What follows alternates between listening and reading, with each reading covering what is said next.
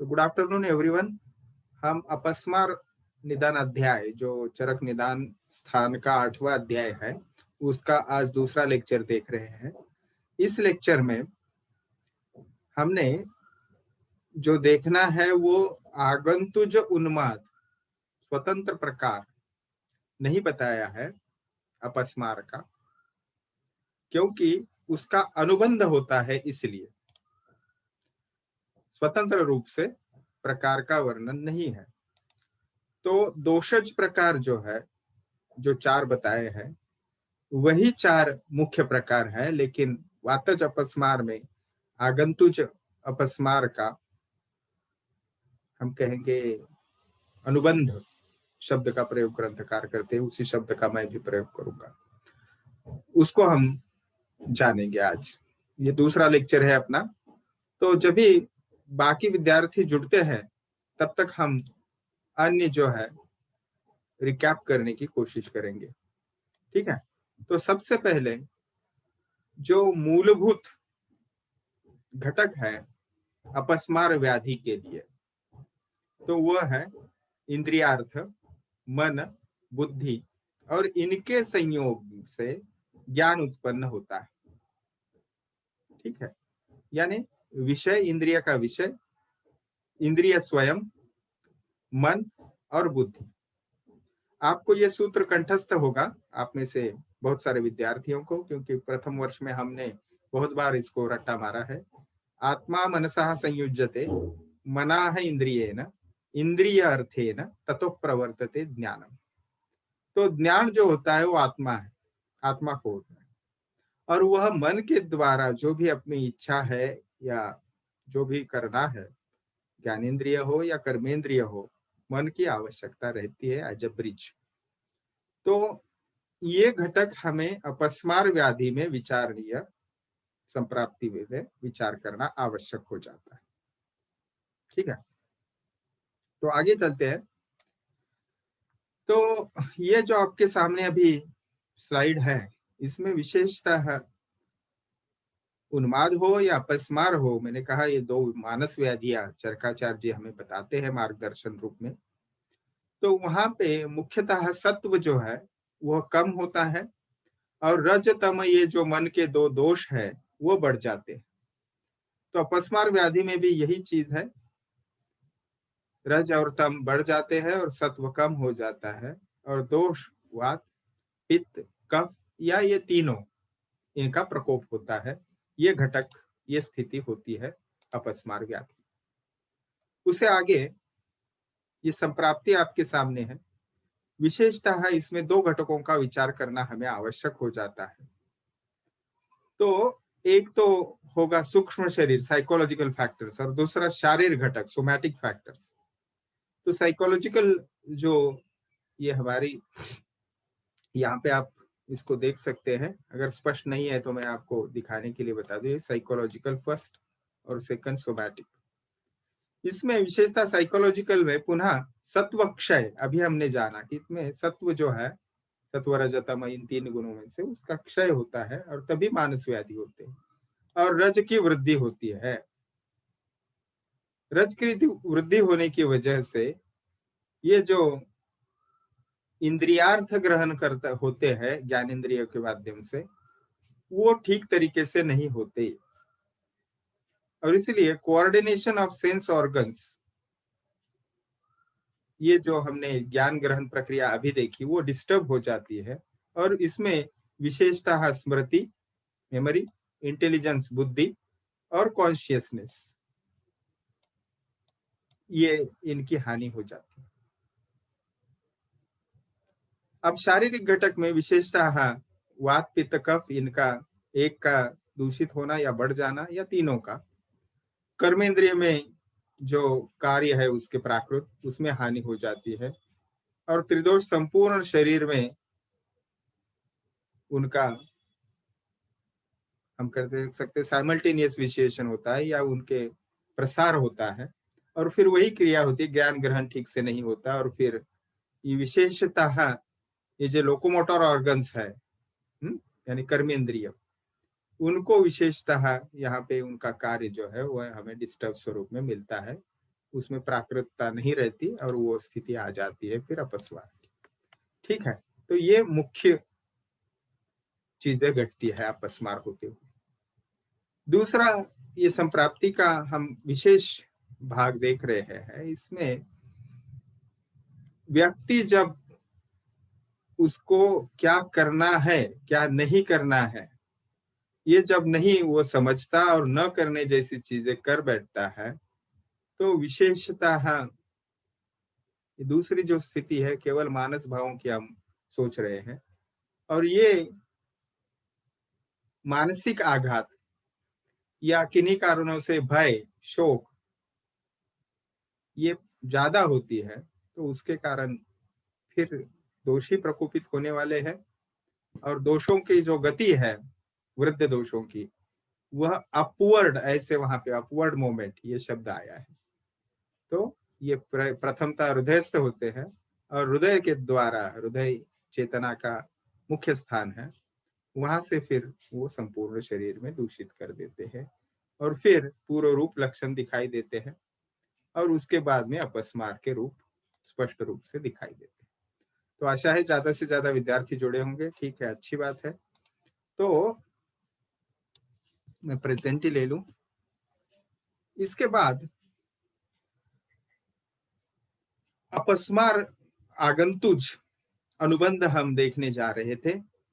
तो इसमें विशेषतः हमने इससे पूर्व व्याख्यान में, हमारा जो अपस्मार का पहला लेक्चर था, उसमें विशेषतः वातज, पित्तज और श्लेष्मज, ये 3 प्रकार हमने देखे 8वें श्लोक तक। और 9वें श्लोक में अभी आगंतुज अपस्मार कथन चल रहा है। तेषाम आगंतु अनुबंधो भवति एव कदाचित तम उत्तर कालम उपदेक्षामः। आगंतुज स्वतंत्र प्रकार नहीं है, लेकिन कभी कभी इसका अनुबंध हो सकता है। इसका विस्तार से तम उत्तर कालम उपदेक्षामः, बाद में जो चिकित्सा बताई जाएगी तब इसका विस्तार किया जाएगा, ऐसे चरकाचार्य जी कह रहे हैं। तस्य विशेष विज्ञानम यथोक्त लिंग लिंगैहि लिंगाधिक्यम दोषलिंगानुरूपम च किंचित। लेकिन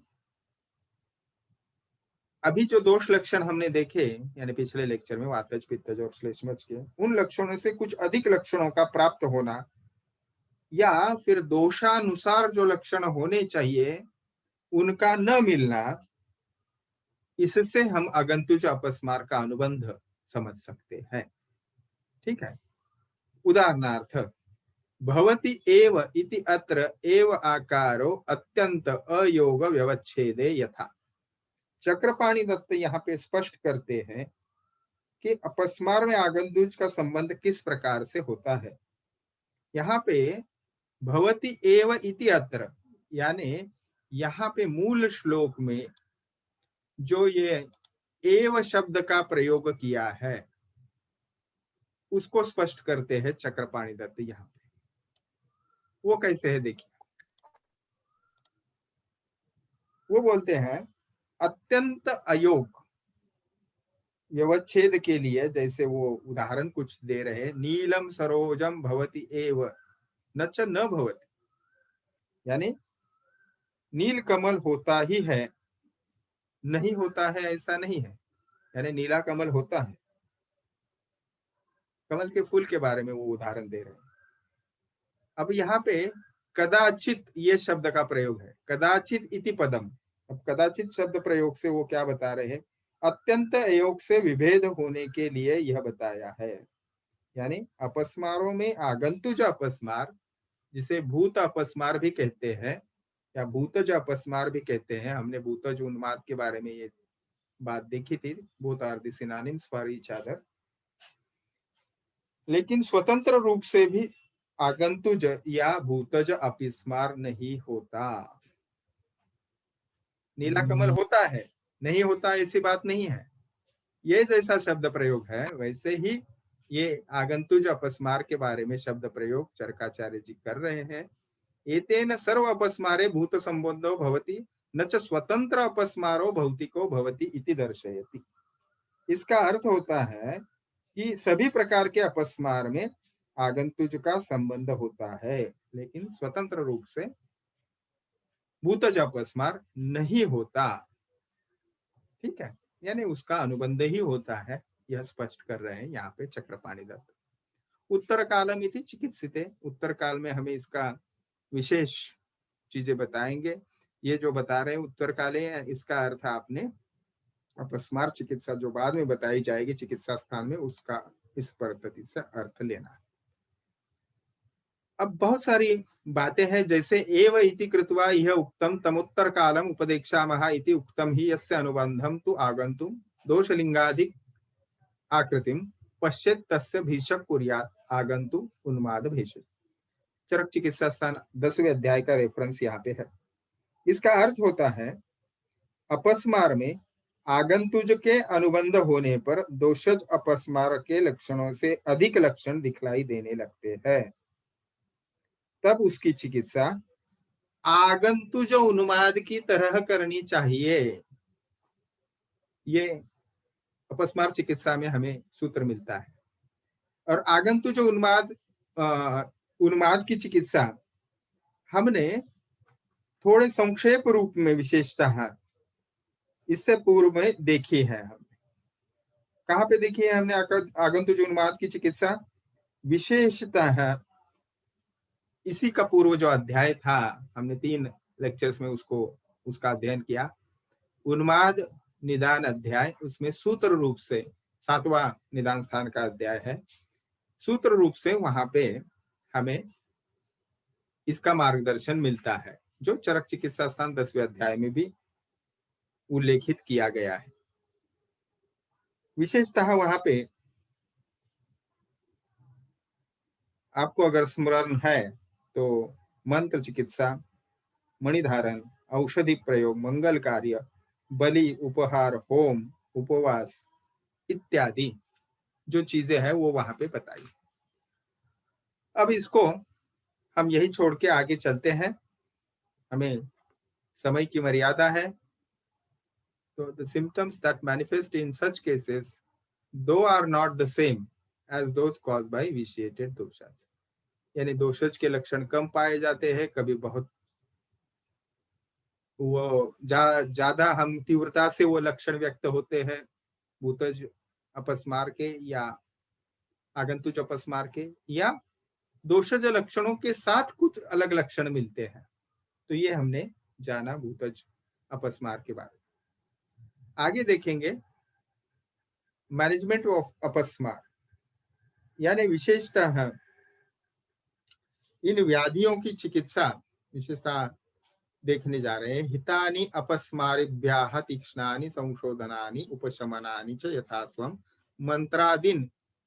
मंत्रादिनी च आगंतु संयोग।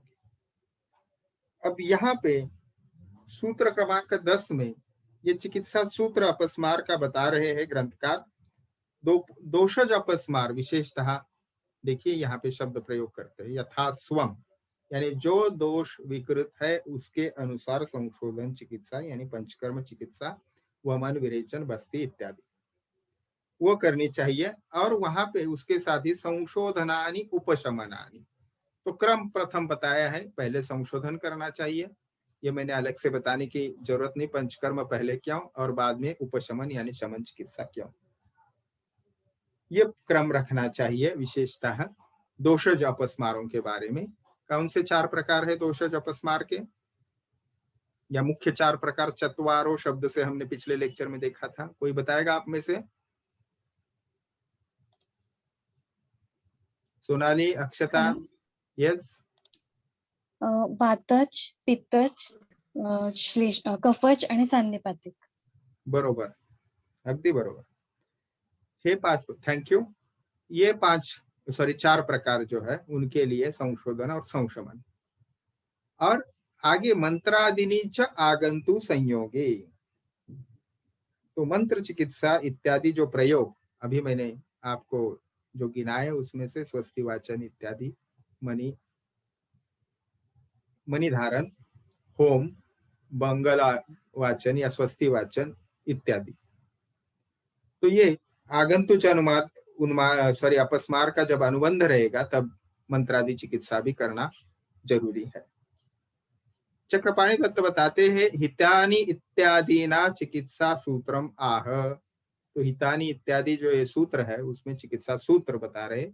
सूत्र का शब्द का अर्थ है लाइन ऑफ मैनेजमेंट, ठीक है, या जनरल गाइडलाइन ऑफ ट्रीटमेंट। जो शब्द प्रयोग कर होता है अंग्रेजी में, वो चिकित्सा सूत्र से हम समझे। उपशमनानि च हितानि इति योजना। अब उपशमन शब्द से हमने यहाँ अर्थ क्या लिया, तो शमन चिकित्सा। तो जो भी हितकर है, ठीक है, यानी केवल औषध स्वरूप में नहीं, हम उसका आहार स्वरूप में भी योजना कर सकते हैं। ऐसा हम व्यापक अर्थ उसका लेना चाहिए। जो योजना करेंगे, योजना शब्द युक्तिस्तु योजना सातु युज्यते। तो चरकाचार्य हमें योजक बनाना चाहते हैं, इसीलिए युक्तिज्ञ वैद्य होना चाहिए। ये बार बार वो स्ट्रेस करते हैं, इसके ऊपर वो जोर देते हैं।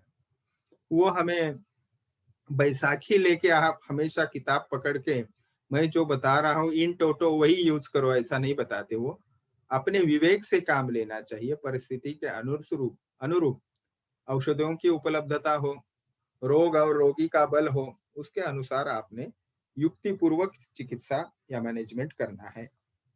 आगे 11वें सूत्र में रोगोत्पत्ति का जो क्रम है उसके बारे में चर्चा होती है।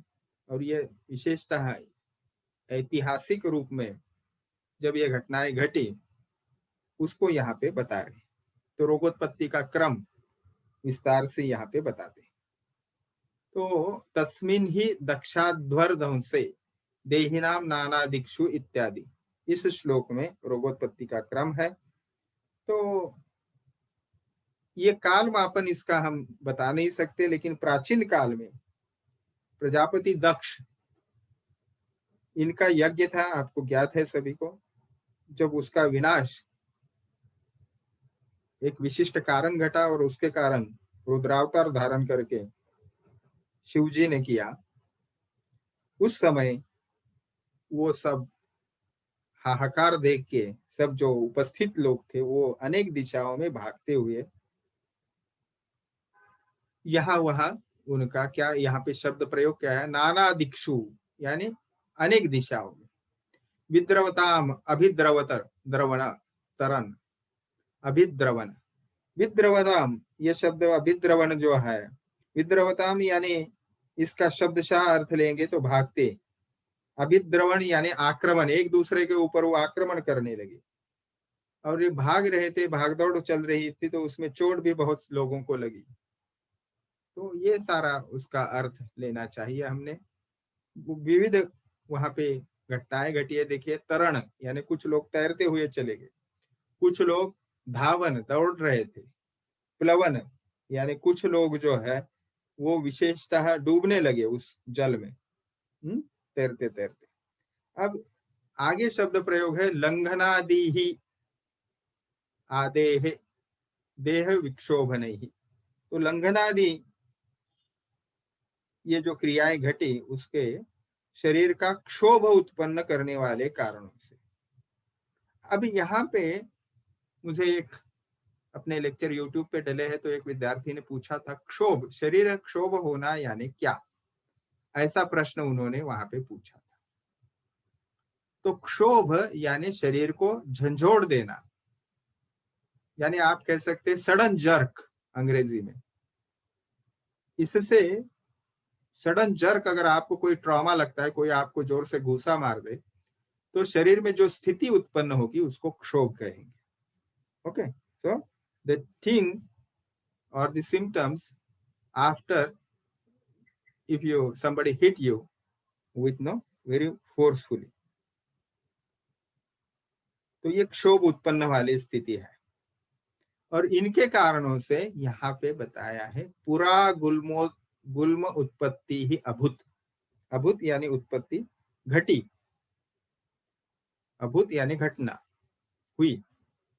तो पुरा यानी इतिहास में या सबसे पहले एक्चुअली गुल्म की उत्पत्ति हुई। अब आगे क्या हुआ, हविष प्राशाद प्रमेह कुष्ठानाम। तो आहुति के रूप में जो हवि यानी घृत जो है, या और कुछ पदार्थ है जैसे तिल हुए या गुड़ है, ये खाने से प्रमेह और कुष्ठ की उत्पत्ति हुई। अब इस स्थिति में इन लोगों ने शायद लंघन इत्यादि क्रियाएं होंगी। यक्ष ही सॉरी यज्ञ ही अगर नष्ट हो गया, ध्वंस हो गया, तो उसमें जो प्रसाद या भोजन मिलने वाला था, उसकी वजह से शायद किन्हीं लोगों ने ये चीजें की होगी, मुझे पता नहीं। और ये ऐतिहासिक कारण बताते हैं प्रमेह और कुष्ठ के लिए। तो हमने प्रमेह और कुष्ठ के जब निदान देख रहे थे, तो इसको हमने रेफरेंस के रूप पे वहां पे लिया था। ओके, भय त्रास शोक ही उन्मादाना। अब इस स्थिति में ये जो भागदौड़ सब चल रही थी, कोई भयभीत हो गया, उसे शोक हुआ, इन सभी कारणों से क्या हुआ, तो इनके द्वारा यहाँ पे आदि शब्द प्रयोग, शोक ही, भय त्रास शोक ही, भय त्रास और शोक, इनके कारण उन्माद विकार हुआ। अब यहाँ पे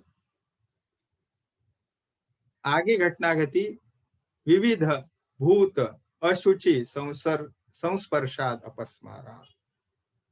तो भय शोक और त्रास से उन्माद उत्पन्न हुआ, और यहाँ पे भूतों के अपवित्र स्पर्श के मात्र से या स्पर्श के द्वारा अपस्मार की उत्पत्ति हुई। ये ऐतिहासिक उसका रूप है। अब आगे, ज्वरस्तु खलु महेश्वर ललाट प्रभवा। ज्वर तो निश्चित रूप से भगवान शिव जो है, उनके ललाट से जो ज्वालाएं उत्पन्न हुई, वहीं से उत्पन्न हुआ, क्योंकि शिव जी को संताप हुआ, पहले मन का और फिर देह का जो अपमान वहां पे हुआ, उसके कारण प्रजापति दक्ष के द्वारा, और फिर ज्वर उत्पन्न हुआ, और फिर उस ज्वर के संताप से, यानी उष्णता से, तीक्ष्णता से रक्तपित्त का प्रादुर्भाव हुआ। नक्षत्र राज चंद्र के विशेष कारण यहाँ पे बताया है, पुनः नक्षत्र राजस्य राजक्ष्मा इति अति व्यवाया। तो अति व्यवाय के कारण राजक्ष्मा की उत्पत्ति हुई। ये सब ऐतिहासिक जो उसकी उत्पत्ति है, उसको यहाँ पे ध्यान में रखते हुए उल्लेख किया है, क्योंकि निदान स्थान का यह 8वां और अंतिम अध्याय है, इसलिए यहाँ पे रोगोत्पत्ति का क्रम जो है वो कंसाइजली बता दिया। आगे उपसंहारात्मक या सारांश रूप से इस अध्याय में हमने क्या क्या देखा, वो बातें, भवंती छात्र अपस्मारो ही वातेन पित्तेन च कफेन, इस पद्धति से ये उपसंहारात्मक श्लोक यहाँ पे आते हैं। और उसमें क्या क्या चीजें हमने देखी, वातज, पित्तज, कफज तथा सन्निपातिक भेद से 4 प्रकार का अपस्मार। सन्निपातज अपस्मार असाध्य होता है, साध्य अपस्मार अगर चिकित्सा ठीक से ना की जाए, तीक्ष्ण संशोधन और शमन औषधियों द्वारा प्रयोग उसका करना चाहिए। और दोषज अपस्मार में आगंतुज का अगर अनुबंध हो जाए, उस स्थिति में साधारण चिकित्सा करनी चाहिए। ठीक है, साध्यांस्तु भीषजाः प्राज्ञा साधयन्ति समाहिताः, ऐसा शब्द प्रयोग यहाँ पे चरकाचार्य कर रहे हैं। अब साधारणम इति दोष प्रत्यनिकम, चक्रपाणी दत्त जी की अगर आप टीका देखे, जो अंश यहाँ पे मैंने नहीं लिया है, उसकी अगर हम टीका देखें, तो साधारण चिकित्सा यानी दोष चिकित्सा, दोष प्रत्यनिक चिकित्सा, जैसे कफ में वमन, पित्त में विरेचन इत्यादि। और ये जो शब्द प्रयोग यहाँ पे किया है, यदा दोष निमित्तस्य भवति आगंतुः अन्वयाः तदा साधारणं कर्मं प्रवदन्ति भीषग्विदाः। तो ये शब्द प्रयोग यहाँ पे चरकाचार्य करते हैं। ठीक है, अब आगे जो मार्गदर्शन है वो विशेषतः चिकित्सक के लिए है। सर्वरोग विशेषज्ञाः सर्वौषध विशारदाः भीषक सर्वामयान हन्ति न च मोहम निगच्छति। ये केवल अपस्मार के लिए नहीं है ये वर्णन, ये अन्य जो व्याधियां हैं, जो कुछ भी होगी उसके लिए है। तो स्पष्ट करते हैं जो सभी रोगों का ज्ञाता है, औषधों की जानकारी रखने वाला है, ऐसा चिकित्सक सभी प्रकार के रोगों को दूर करने में सक्षम होता है।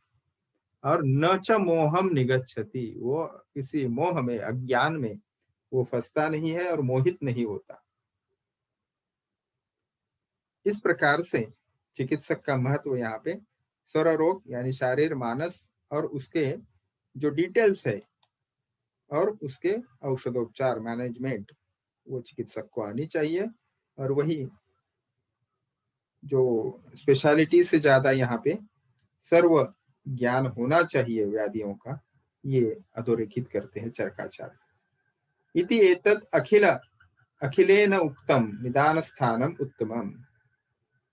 और यहाँ पे निदान स्थान का जो है वो समापन होता है अखिलेन इति। ये जो शब्द प्रयोग करते हैं उसका तात्पर्य चक्रपाणि तत्व बताते हैं, यावन निदान स्थानतया व्याधि अष्टकम प्रतिज्ञातम तावद अखिलेन उक्तम। यानी अखिलेन इति इस शब्द से अभिप्राय लेना चाहिए जो निदानोक्त 8 व्याधियों से विवेचन या व्याख्यान किया, उससे अखिल शब्द का अर्थ लेना चाहिए। इस प्रकार चिकित्सा स्थान में वक्तव्य निदान के अभिधान से न्यूनता नहीं आती, क्योंकि ज्वरादि निदान का पुनः वर्णन होगा और वहां पे विस्तार होगा। क्योंकि बहुत सारे लोग देखते हैं जब चिकित्सा स्थान बताते हैं चरकाचार्य, वहां पे भी निदान बताते हैं, यानी हेतु पूर्व रूप रूप उपशमन उपशय संप्राप्ति इत्यादि। तो वो द्विरुक्ति नहीं है, वहां पे उसका और डिटेल्स बताते हैं। इसका अर्थ निदान स्थान का महत्व कम हो जाता है, ऐसी बात नहीं। इससे आगे ये अपस्मार निदान और निदान स्थान यहाँ पे समारोप करते हैं, लेकिन फिर आगे बढ़ते हुए जो निदान के लिए यानी methodology of diagnosis as per Ayurveda, निदान को ऐसे हम समझे, ये एलोपैथी जैसा डायग्नोसिस मेथोडोलॉजी हमारी नहीं है। अपने शास्त्र स्वतंत्र शास्त्र होने की वजह से उसकी स्वतंत्र नैदानिक पद्धति भी है, और वह पर्सनलाइज मेडिसिन आयुर्वेद है, हर एक को रिस्पेक्ट करता है, उसकी प्रकृति है उसका सारी। तो उसको ध्यान में रखते हुए चरकाचार्य डायग्नोस्टिक प्रिंसिपल्स डिसीजेस के जो है उसके बारे में और कुछ हमें मार्गदर्शन करते हैं जो आवश्यक है एक स्वयं पूर्ण चिकित्सक के लिए, स्वयं पूर्ण चिकित्सक के लिए। तो उससे सबसे पहले निदानार्थ कर रोग वह बताते हैं। तो इसका अर्थ क्या है? फ्रिक्वेंटली आस्क्ड क्वेश्चन में निदान स्थान में भी, यानी रोग निदान विकृति विज्ञान विषय या चरक पूर्वार्ध विषय में आपको ये जरूर पूछा जाता है। कम से कम 100 में से 90 बार पूछा गया ऐसा ये प्रश्न है। तो निदानार्थ करो रोगो रोगस्य अपि उपलभ्यते। तो दिस इज स्पेसिफिक कॉजेस, यानी जब एक व्याधि अन्य रोग की उत्पत्ति में हेतु हो जाता है, यानी वह कारण हो जाता है, एक व्याधि जो दूसरे व्याधि को उत्पन्न करता है, तो दूसरे व्याधि का वो पहला व्याधि जो है वो निदानार्थकर कहलाता है। जैसे यहाँ पे अगर आपको उदाहरण दे तो जैसे हमने अभी देखा ज्वर से रक्तपित्त की उत्पत्ति होती है, रक्तपित्त से ज्वर की, तो इन दोनों व्याधियों में ज्वर तथा रक्तपित्त में इनसे शोष की उत्पत्ति होती है। प्लीहा वृद्धि से उदर रोग होता है और उदर रोग से शोथ की उत्पत्ति होती है। और अर्श से उदर की उत्पत्ति होती है और गुल्म की भी उत्पत्ति होती है। और एक प्रसिद्ध तो एक कॉमनली आपको मालूम है कि प्रतिष्ठा से कास होता है और कास से क्षय होता है। तो इस पद्धति से निदानार्थकर रोगों को आपने समझना चाहिए। तो diseases can act as a causative factor for all diseases and the examples are given just now. तद यथा ज्वर संतापाद रक्तपित्तम उदीर्यते रक्तपित्ता ज्वरस्ताभ्याम शोषश्च अपि उपजायते। तो यही श्लोक हमें अभी जो उदाहरण हमने देखे उनको समझा रहा है 17वें श्लोक में। ठीक है। So elevated temperature in Jwara can cause Raktapitta and Raktapitta can cause Jwara.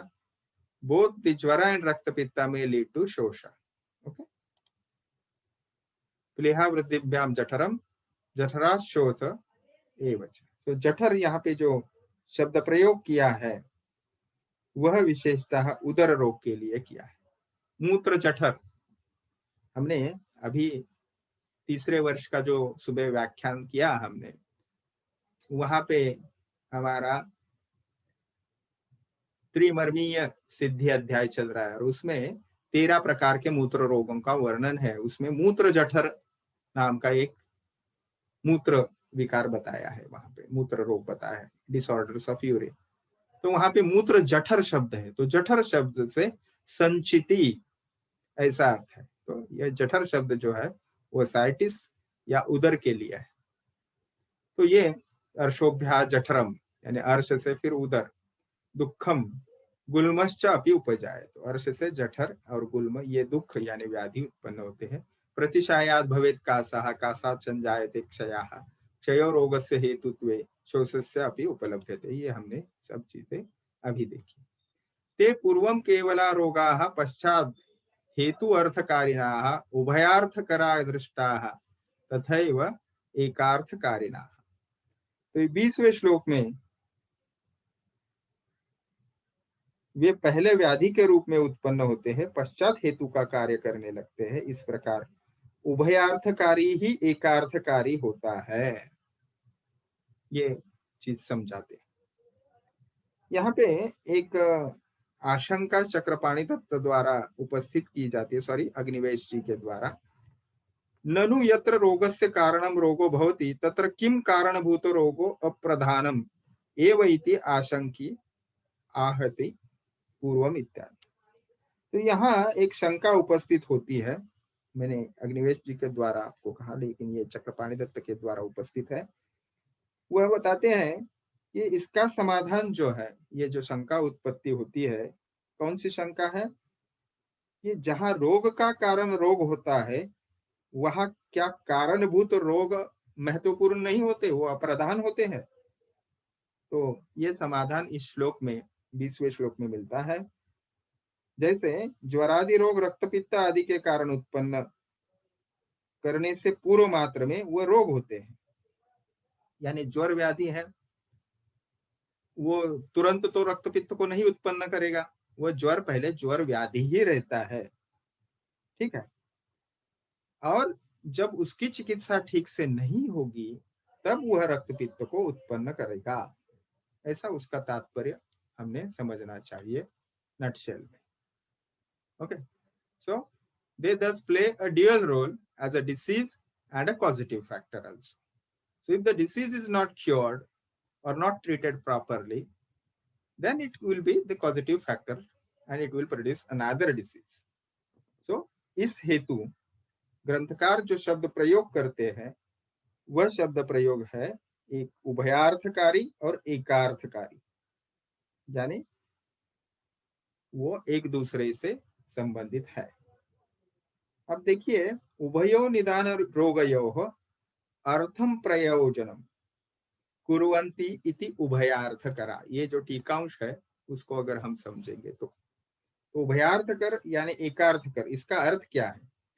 तो जहां निदान एवं रोग दोनों का प्रयोजन सिद्ध है उसे उभयार्थकारी कहते हैं। उदाहरण आप समझिए, ज्वर से रक्तपित्त का होना, यहाँ ज्वर हेतु के साथ साथ रोग भी है, ठीक है। तो इसको उभयार्थकारी कहते हैं। और एकार्थकारी क्या है? एकस्य निदानस्य एवं अर्थ कुर्वन्ति इति। तो जहां केवल निदान का ही प्रयोजन सिद्ध है उसे एक व्याधि अन्य व्याधि को उत्पन्न कर स्वयं शांत हो जाती है। तो वहां पे ज्वर के तुरंत बाद रक्तपित्त हो जाएगा, ज्वर अपने आप शांत हो जाएगा।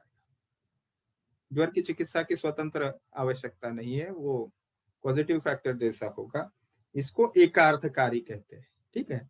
स्वयं रोग भी होता है, ज्वर, समझिए ज्वर 1 महीना भर रहता है, कल्पना कीजिए, और उसके आप चिकित्सा करते हो, ठीक से नहीं होती और फिर उससे रक्तपित्त संभव होता है, तो ज्वर के लक्षण भी रहेंगे और रक्तपित्त व्याधि के भी लक्षण आ जाएंगे। तो इसको उभयार्थकारी कहेंगे। और एकार्थकारी यानी पहला व्याधि जो है वो शांत हो जाता है उसके लक्षण नहीं मिलते, और नया जो व्याधि उससे उत्पन्न होता है उसके ही लक्षण केवल हमें मिलते हैं। इसको एकार्थकारी कहना है। आशा है आपको ये अगर ऐसे क्यों आएगा तो आप ध्यान से इसको लिख पाओगे।